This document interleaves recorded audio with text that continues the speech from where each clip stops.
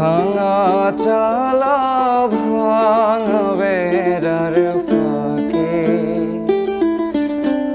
অবাক জ্যোৎস্না ঢুয়ে কাপড়ে হাত বাড়াইয়া ডাকে,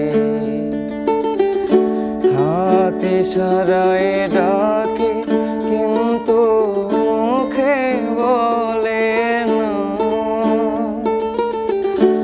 আমার কাছে আইলে বন্ধু আমারে পাইবা না, আমার ভাঙা ঘরে ভাঙা চালা